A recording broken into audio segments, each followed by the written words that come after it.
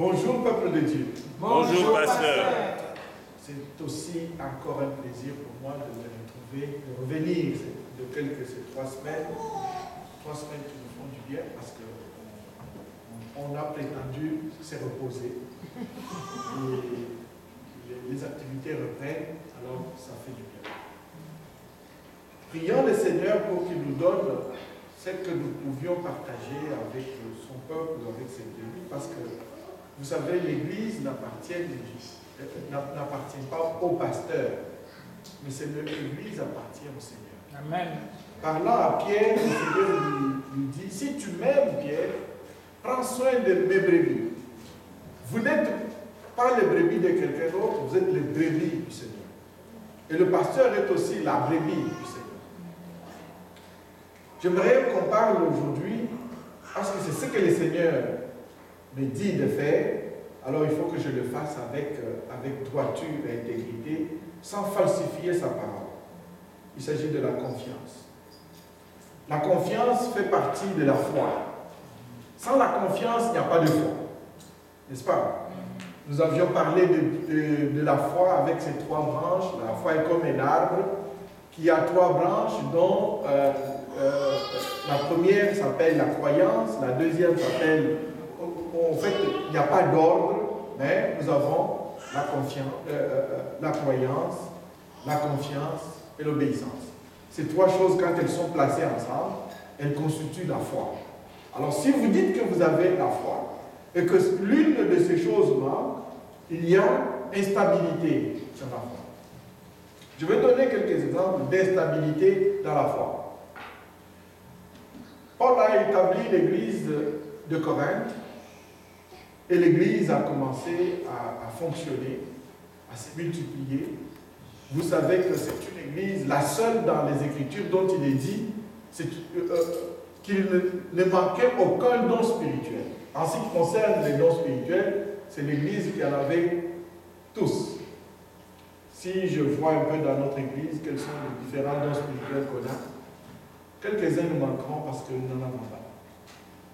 Ce n'était pas le cas dans l'église de Corinthe. Il ne manquait d'aucun don. Ils avaient la parole de Dieu. Ils avaient toutes ces choses. Mais curieusement, c'était aussi l'église la plus sage, spirituellement parlant.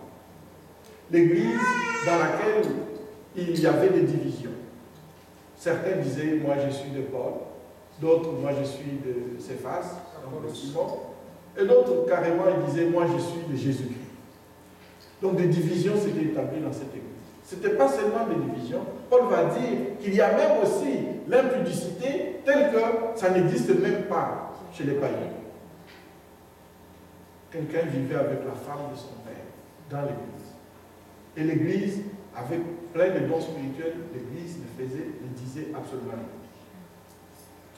C'est comme ça que Paul va leur écrire une deuxième lettre dans laquelle il va dire « Hey, ce qu'on entend dire de vous là, vous avez des dons spirituels, fine. Vous connaissez la parole de Dieu, fine. Mais votre marche ne montre pas vraiment que vous êtes dans la foi. Ça veut dire que vous n'appartenez vraiment pas à Dieu. C'est pourquoi il leur dit dans 2 Corinthiens, il va leur dire, examinez-vous vous-même pour savoir si vous êtes dans la foi.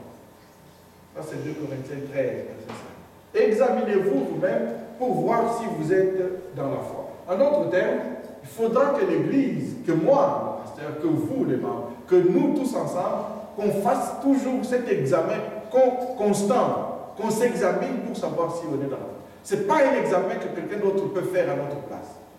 Ce n'est pas un examen que ton père peut faire à ta place, ou que ta femme peut faire à ta place, ou que ton mari peut faire à ta place. C'est un examen que chaque personne individuellement doit faire pour soi-même. Examine-toi pour savoir, pour voir si tu es, j'ajouterai, si tu es encore dans la foi. Lorsque David est venu rejoindre ses frères pour leur apporter à manger de la part de leur père, il a trouvé le peuple d'Israël, le peuple de Dieu, le peuple dont le Seigneur lui-même dit, ça ce sont sont mes oins. Et qu'il a même interdit aux autres, ne touchez pas à leurs oins. C'est-à-dire la descendance d'Abraham. Il a trouvé ce peuple sur les champs de bataille, mais au lieu de trouver un peuple qui a fait confiance en ces dieux dont nous venions de parler, l'incomparable Dieu, il a trouvé plutôt un groupe de peureux, de craintifs, un groupe de personnes terrorisées. Et je peux vous le dire, frères et sœurs, le Seigneur m'a interpellé sur ce point pour dire pourquoi tous ce sont mes enfants, mon peuple. Mais c'est quoi la différence entre David et les autres? Et David ne savait pas pourquoi les autres étaient si craintifs. Mais subitement, il entend une voix de loin. C'est un géant. Il s'appelle Goliath. Il s'avance et le peuple est terrorisé, tout le monde va fuir. Et il va dire, pourquoi vous êtes en train de fuir? On lui dit, regarde, il a 3 mètres de haut, juste sa lance à lui. Personne de nous ne peut l'emporter. Et il dit, si quelqu'un va le battre, alors nous serons... en fait, si quelqu'un le bat, eux, ils seront nos esclaves. Mais si il bat celui qui va se battre contre lui, c'est nous qui serons leurs esclaves. Et personne en Israël, dans l'élite de l'élite, dans les combattants du Dieu Tout-Puissant, de ce El Shaddai dont nous venions de parler, de El Shaddai dont nous venions de parler, du Dieu Tout-Puissant, personne ne pouvait s'élever pour aller combattre contre Goliath. Et le Seigneur devait dire, quelle différence y a-t-il entre David et les autres?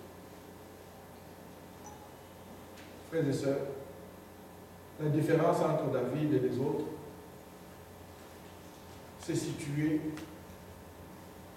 c'est vrai au niveau de la foi, mais c'est beaucoup plus la confiance. La confiance en Dieu. C'est facile pour nous de chanter comme on venait de le voir. On a chanté vraiment avec vivacité. Merci à la chorale, merci aux frères et sœurs. Je voyais les mains levées. Je voyais vraiment un peuple qui dit oui, il n'y a pas de Dieu comparable à toi. Pourrais-je avoir ce cantique-là à l'écran, si c'est possible? Je sais que Kit est parti. Si on peut avoir ce cantique à l'écran, parce qu'il traduit pour moi la vraie différence entre celui qui a vraiment foi en Dieu et celui qui l'a. Tout le monde est venu à l'église, comme tout le monde était sur le champ de bataille. Et si le roi Saül a pris une armée avec lui sur le champ de bataille, il a dû prendre les meilleurs des meilleurs. Il a dû prendre tous ceux en Israël qui étaient dans la position de combattre, de donner la victoire à Israël. Tous ceux, toutes celles, évidemment il y avait même femmes, évidemment, mais il a choisi l'élite, la crème de la crème. Et lorsque David, lui, arrive sur le champ de bataille, toute cette crème de la crème, c'était devenu de la boue de la boue. Parce que personne ne pouvait se lever et tenir tête contre un seul homme, Goliath. Et aujourd'hui, frères et sœurs, pensez-vous que Dieu se contente de tous ceux qui entrent dans des assemblées pour dire nous sommes un grand nombre, nous pouvons être, je ne sais pas combien on est aujourd'hui, et Dieu dit les enfants sont venus, c'est vrai. Et Dieu agit et opère avec ceux et celles qui lui font confiance. Amen. C'est pourquoi la confiance dans la foi est beaucoup plus importante. Nous allons lire quelques textes des Écritures. Au niveau de la confiance,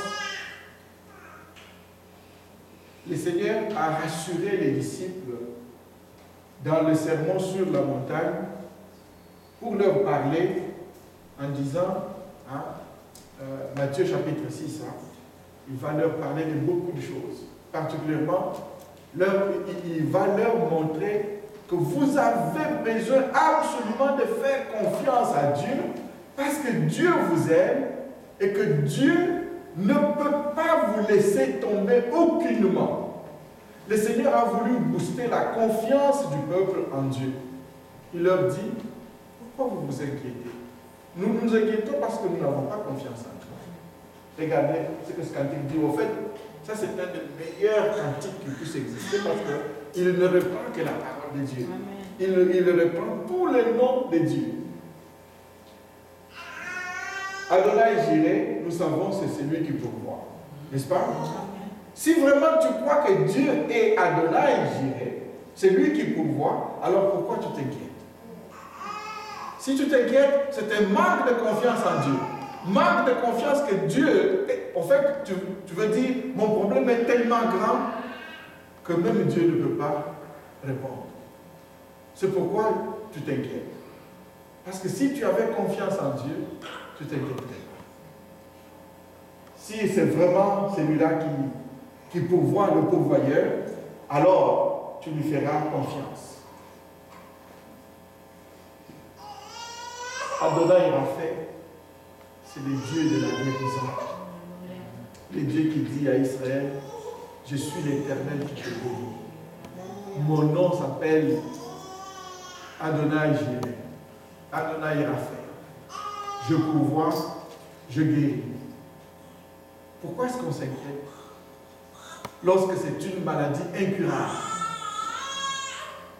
Selon nous. Notre foi est devenue, frères et sœurs, parce que la science peut guérir cette maladie, alors nous avons foi en Dieu. En réalité, ce n'est pas en Dieu que nous avons foi, c'est dans la science que nous avons la foi. Parce que si la science dit qu'elle ne peut pas la guérir, alors nous sommes terrorisés de la même manière que l'élite de l'élite dans l'armée d'Israël était sur le champ de bataille et était terrorisée devant Goliath.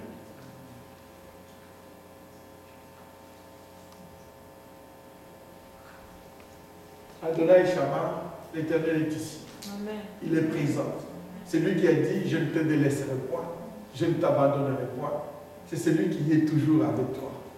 Lorsque je panique, lorsque j'ai peur, je manque de faire confiance à Dieu. C'est lui qui a fait la promesse. Si Dieu a dit, je ne te délaisserai point, je ne t'abandonnerai point, alors c'est Dieu est toujours avec moi. Je dois lui faire confiance. Frères et sœurs, notre problème à nous, c'est le problème de la confiance en Dieu. Et il dit, Adonai Shalom, en fait le mot Adonai, ça veut dire Seigneur. Adonai, c'est le Seigneur des Seigneurs. C'est lui qui domine sur l'univers tout entier. C'est ça Adonai. Ça veut dire qu'il domine, s'il domine sur l'univers entier et sur ta vie, penses-tu qu'il ne peut pas dominer? Penses-tu qu'il ne peut pas intervenir, agir? Non. C'est le Dieu, Adonai Shalom, le Dieu de paix, le Dieu qui donne la paix du cœur. Cette paix-là, que le monde ne peut pas donner. La paix qui ne dépend pas des circonstances. La paix que Dieu seul donne. La paix qui n'émane pas ou que tu ne reçois pas parce que tu as réussi ou que tu as échoué. Parce que c'est une paix qui dépend de Dieu. El Shaddai, c'est Dieu Tout-Puissant. D'autres disent, en vérité, c'est Elohim. Quand on dit Elohim, c'est vraiment les dieux créateurs. Alors, c'est les dieux Tout-Puissants parce que pour créer comme il a créé, il faut qu'il soit Tout-Puissant. Tandis que El Shaddai, ça dirait les dieux tout-suffisants. El Shaddai, c'est le Dieu qui me suffit. Lorsque je ne peux pas avoir d'autre chose, lorsque je ne peux pas avoir un salaire, alors Dieu me suffit. C'est ça El Shaddai. Elohim, c'est le créateur. Mais pour qu'il soit créateur, il faut qu'il soit tout puissant. Regardez comment la terre fonctionne. Regardez comment l'être humain fonctionne, comme toi tu fonctionnes. T'es-tu déjà imaginé, frères et sœurs, tu es comme une industrie de transformation ambulante. Ton cerveau, il n'y a aucun ordinateur aussi puissant que ton cerveau. Alléluia. Ton système sanguin, comment il fonctionne, comment il tourne, comment tu vois, comment, est-ce que tu t'es déjà arrêté au moment pour dire comment est-ce qu'on arrive à voir ou même à entendre? Ça se passe comment là? Frères et sœurs, ça ne peut pas être le produit du hasard. Non, il y a, c'est Dieu créateur, Elohim a tout créé. Il t'a fait comme tu es.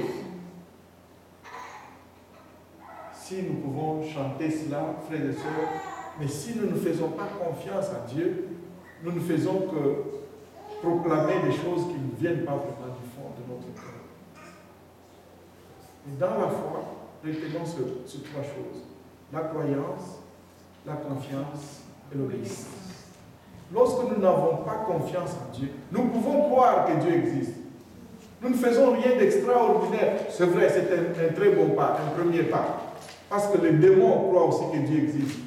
Mais eux, quand ils croient que Dieu existe, ils tremblent encore.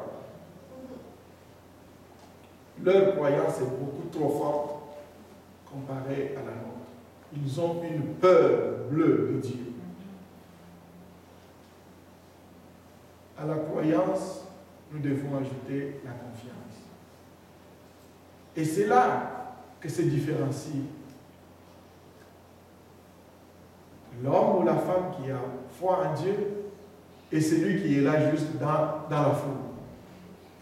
La différence entre David et les autres était cette confiance qu'il avait placée en Dieu. Lorsqu'il entend ce que Goliath disait, il pogne une sainte colère en lui. Il va dire, mais qui est cet incirconcis pour insulter l'armée du Dieu Tout-Puissant, l'armée de Adonai, El Shaddai? Qui est-il lui pour insulter l'armée du Dieu Tout-Puissant? Et David va dire, si personne ne peut y aller, ce n'était encore qu'un adolescent. La preuve, c'est qu'on ne l'avait pas choisi pour aller à la guerre parce qu'il était encore tout petit. Et il voit ses grands frères qui étaient là terrorisés. Il voit le roi lui-même, ça a eu terrorisé. Et David va dire, dites au roi que moi je vais aller combattre cet homme-là.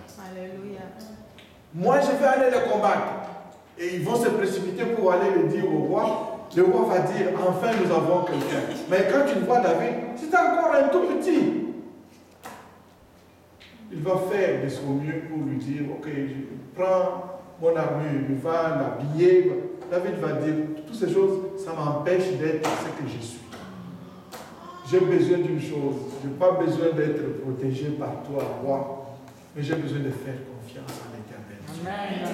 Amen. David va dire, est-ce que je peux aller le combattre à ma manière à moi? Le roi va dire, oui, fais comme tu veux. Et David va prendre 5 pierres, va prendre un lance-pierre et il va s'avancer. Il avait convaincu le roi en lui disant, je suis peut-être jeune, petit. Je n'ai pas le profil pour l'emploi. Je n'ai pas le profil pour cet emploi. Mais roi, j'ai quelque chose à te dire. Je garde le troupeau de mon père. Quand je l'ai gardé, qu'un lion arrivait, et il dévorait, il prenait une de ses brebis, je courais après lui. Je le frappais avec mon bâton et j'arrachais la brebis de sa tête. Et je faisais la même chose avec l'ours. Le Dieu qui m'a protégé de la dent du lion, le Dieu qui m'a protégé de la griffe de l'ours, c'est le même Dieu qui me protégera aussi de la main de cet incirconcis-là. Je fais confiance à Dieu. Voilà la différence entre cette grande armée, ces hommes aguerris. Voilà la différence entre eux et David. Lorsque nous sommes dans la vie de tous les jours, frères et sœurs, qu'est-ce qui nous terrorise? Les factures nous terrorisent. N'est-ce pas? Oui. Avez-vous même déjà vu, frères et sœurs, ça m'est déjà arrivé aussi, que quand les factures arrivent, les gens ne sont plus gentils. Oui. Dans la maison, le papa devient très méchant, la maman devient méchante, on répond méchamment aux enfants. Et ils n'y comprennent rien, eux. On était si bien, à partir du moment où on a ouvert cette lettre-là, c'est de la panique, frères et sœurs. Quel était le contenu de cette enveloppe pour que ça transforme notre Père de cette manière? Au-delà de tout ça, frères et sœurs, c'est vraiment un manque de confiance en Dieu. Le Seigneur rassurait ses disciples en leur disant, ne vous inquiétez pas pour votre vie. En fait, il s'adresse à ceux et celles qui font vraiment confiance à Dieu. Votre vie, Dieu est là dans sa main. Désormais, vous lui appartenez, il sait s'occuper de vous. Il sait vous nourrir, il sait vous vêtir, il vous donnera un endroit où vous pouvez reposer votre tête. Le Seigneur l'a dit, vous pouvez le voir dans Matthieu chapitre 6. Mais bien plus encore, frères et sœurs, avant qu'on lise le psaume 46, parce que je voudrais m'appuyer là-dessus pour m'aider et nous aider aussi à bâtir notre confiance en Dieu. La confiance, c'est un sentiment de sécurité, un sentiment d'assurance, un sentiment d'espérance qui est inspiré par quelqu'un ou par quelque chose. Parfois, pour bien comprendre l'essence des mots, ce n'est pas seulement sa définition dont nous avons besoin. Parfois, nous avons besoin de ce qu'on appelle antonyme. Antonyme, c'est le mot opposé au mot que nous voulons définir. On appelle ça antonyme. Si vous allez chercher dans la dictionnaire, parce que je me dis, quel est l'antonyme? Ce serait quoi les antonymes de la confiance? Mon dictionnaire m'a donné l'anxiété. N'est-ce pas? L'anxiété. Surtout lorsque il y a une date échéance, une date butoir qui approche, la date où tu dois payer l'hypothèque. N'est-ce pas? Quand ça approche et que le compte est encore vide, on devient anxieux.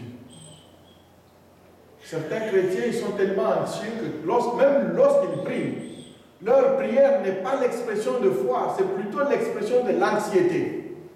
Lorsqu'ils prient, les prières peuvent être même très longues, mais ça transpire l'anxiété plutôt que la foi. Dans la prière, nous n'informons pas Dieu, frères et sœurs. Dieu n'est pas informé. Nous n'informons pas Dieu parce que Dieu connaît les choses. En fait, ça ce n'est pas ma phrase, c'est la phrase qui fait mal. Et lui, il dit souvent, j'ai copié un peu ça. Nous n'informons pas Dieu. Dieu sait. Mais dans notre prière, nous venons informer Dieu de plusieurs choses. En fait, ce n'est pas une attitude de foi, c'est une attitude de l'anxiété. Un autre antonyme pour la confiance, c'est l'appréhension. Lorsque la date butoir approche, on appréhende des choses. Et lorsqu'on les appréhende, on va trouver même des personnes qui commencent à faire leur bagage parce qu'ils savent que